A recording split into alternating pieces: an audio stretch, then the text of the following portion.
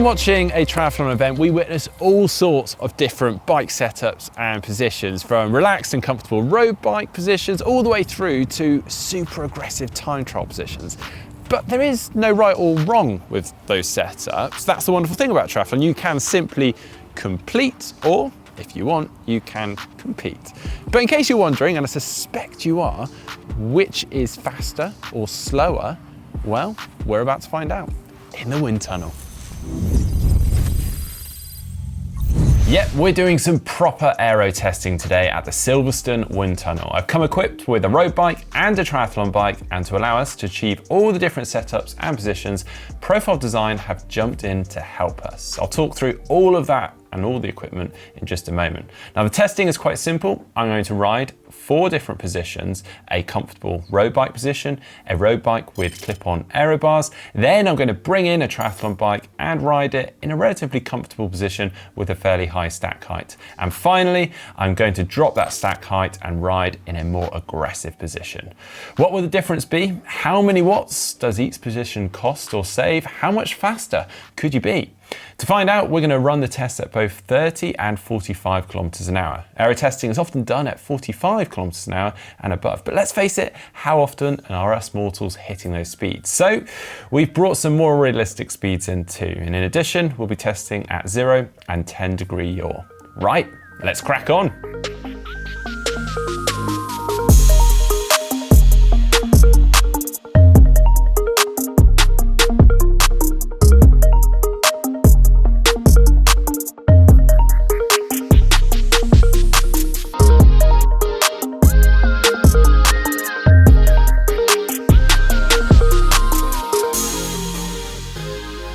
Now lots of data can be pulled from aero testing like this, but the part that we are particularly interested in today is the potential power saving in watts.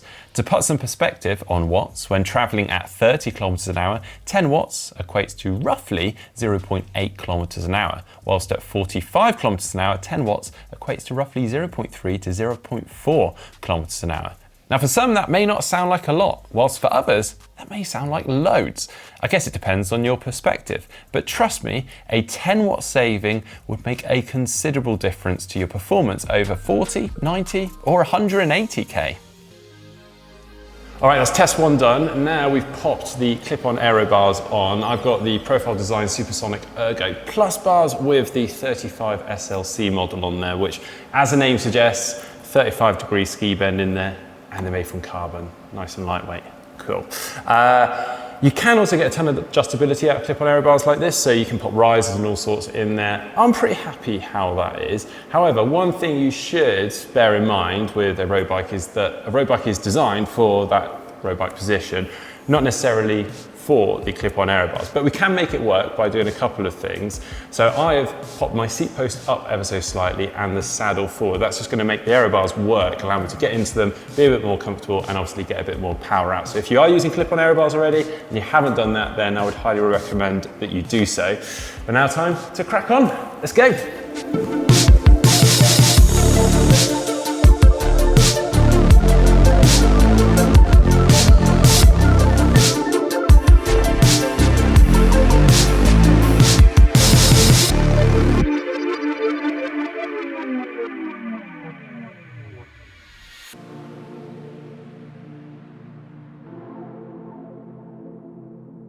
All right, road bike out, triathlon bike in. Obviously the big difference here is that the triathlon bike is designed for use in the aero bars. That's its sole purpose. So the geometry is quite different, frame shaping is also obviously quite different, and of course the aero bars themselves are rather different because they're designed for this. So we've got this flat aerodynamic base bar. We don't need drops obviously anymore. Then coming up from that, we have the aero bars. So in this case, I've got the Profile Design Wing 20C Plus base bar, nice carbon fiber base bar. I've then got the 43 ASC aero bars on there. Again, carbon fiber, nice and lightweight. As you can see, these are quite different. They've got a forearm support. We've then got this ergonomic grip and almost a nice support for the wrist as well. Pretty nice. You'll also notice that you can get a load of risers and stack height in there. I've actually got a nice stack height in here using their carbon fiber bridge support just to help with making that nice and sturdy and stable. So with that in mind, I'm going to start with a really comfortable position first with this high stack height, and then actually going to drop it down a bit further for a more aggressive position. Let's do it.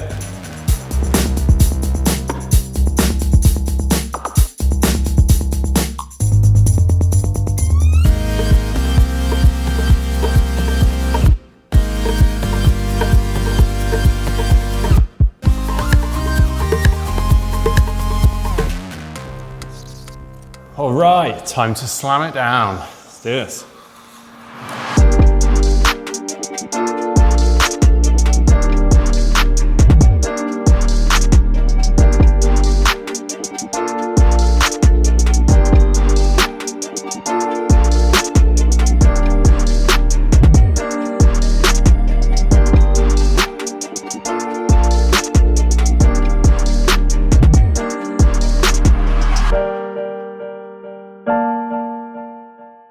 Alrighty then, so there were some significant differences between the positions. But before I dive into them, it's worth pointing out that, well, firstly, yes, I have lost my beard for those observant people out there.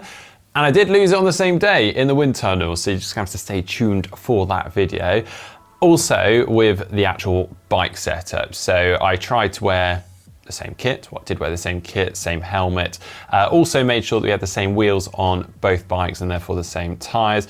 That's about as much as we could control. Obviously, the bikes themselves have slightly different aerodynamic properties, the frame shaping and so on, and there will be frictional forces that we have to overcome from the tyres drivetrain, which normally equate to around 10%. Now, of course, we know that the upright and comfortable road bike position is the less aerodynamic or the slower position, or at least we hope so and assume so, and therefore we're using that as the baseline to which we then compare all of the advances from there on. As I mentioned also at the start, the results are done based on a yaw sweep at the different speeds at 30 kilometers an hour and 45 kilometers an hour. So let's take a look. So for the road bike in that comfortable position without the clip-on aero bars, at 30 kilometers an hour, it would require 148 watts, and at 45 kilometers an hour would require 473 watts. Now, what's interesting, if you haven't seen these sort of numbers before, is there is a whopping increase in power when we go from 30 kilometers an hour up to 45 kilometers an hour. And that's because drag is proportional to the square of speed, and therefore the power required to overcome that drag increases significantly as the speed increases. And therefore it's not linear as we might expect. So with that explained, back to the results. So going now onto the road bike with clip-on aero bars at 30 kilometers an hour would now require just 108 watts. We step that up to 45 kilometers an hour, it would require 349 watts. Then as we move on to the triathlon bike with a comfortable setup, that's now going to require 111 watts, and at 45 kilometers an hour, 359 watts. And then finally, onto that more aggressive triathlon bike positions, now just requiring 99 watts at 30 kilometers an hour, and then at 45 kilometers an hour is going to require 323 watts. So now, if we look at the savings of those in comparison to the baseline, to that comfortable sort of upright road bike position, the road bike with clip-on aero bars at 30 kilometers an hour would be a 40 watt saving. At 45 kilometers an hour, 124 watt saving. The comfortable triathlon bike position, 37 watts at 30 kilometers an hour, and then at 45, 114 watts. And then for the aggressive triathlon bike position, 49 watt saving at 30 kilometers an hour and 150 watts at 45 kilometers an hour. Now, what's impressed me there is just how much of a difference the clip-on aero bars made.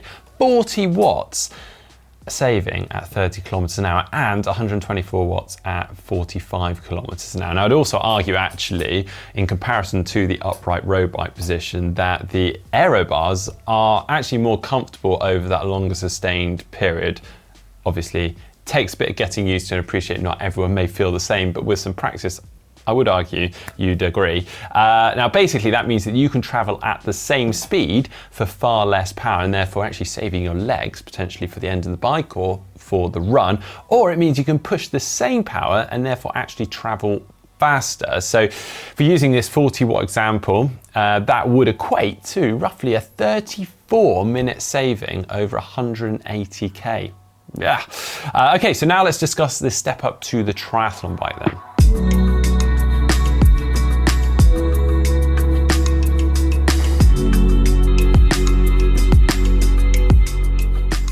And this wasn't actually what I was expecting, or if I'm going to be totally honest, what I was hoping for. But it is really interesting. Now, basically, the road bike with clip-on aero bars was marginally faster or in the same ballpark as a triathlon bike in that comfortable position.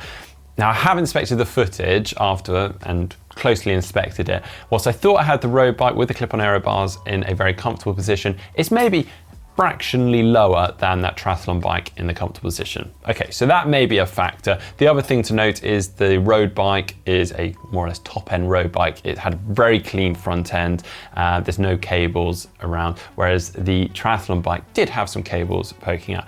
Either way, what it does show is that clip-on aero bars really can perform. And if you're rolling around on a road bike, doing triathlons, wanting to maybe go a bit faster and you haven't currently got clip-on aero bars on, then sort it out now.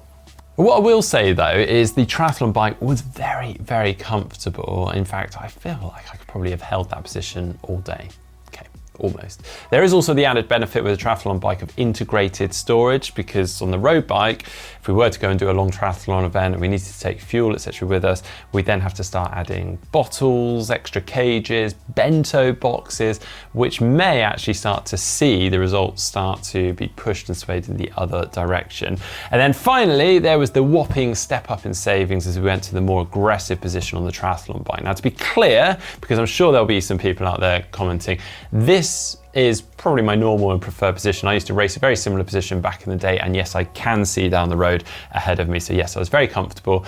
And we saw almost a 50 watt saving at 30 kilometers an hour and 150 watts at 45 kilometers an hour when compared to the upright road bike position. So yeah, a 50 watt saving could see as much as 42 minutes saved over 180k. And for those that are maybe riding with a mate who decides to come on their triathlon bike one day whilst you're on a road bike, you have some numbers in mind as to how much harder you're having to work in comparison to them. Of course, I appreciate this isn't for everyone, maybe just more of interest as you start to tweak your position and maybe just start to see those potential savings as you become more aerodynamic.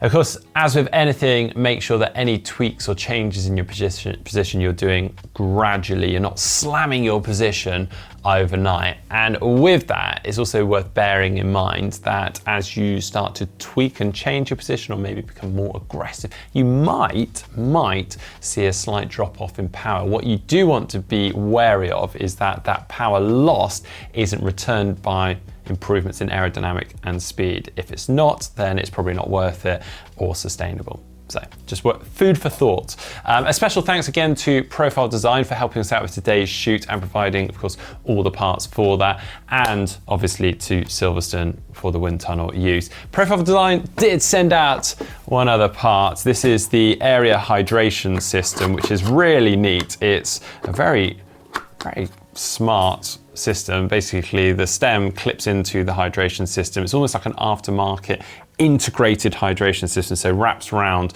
the head tube of the frame. Very smart. I really wanted to test this because there is a lot of talk about hydration systems, or at least these front hydration systems that are integrated well into a frame actually being more aerodynamic than without. Sadly, we just ran out of time, so this one is going to have to wait for another day. With that, if there's anything else that you guys would love us to test in the wind tunnel, because let's face it, we are going back because I'm just eager to, having been in there and experienced it for a day. Drop your thoughts and your comments in the comment section down below. I was absolutely amazed today with just how much the road bike clip-on aero bars improved in terms of aerodynamics. If you were as surprised as I was, let me know in the comment section down below. But yeah, stay tuned for more videos. If you're not already subscribed to GTN, please do so and give this video a like. Cheers.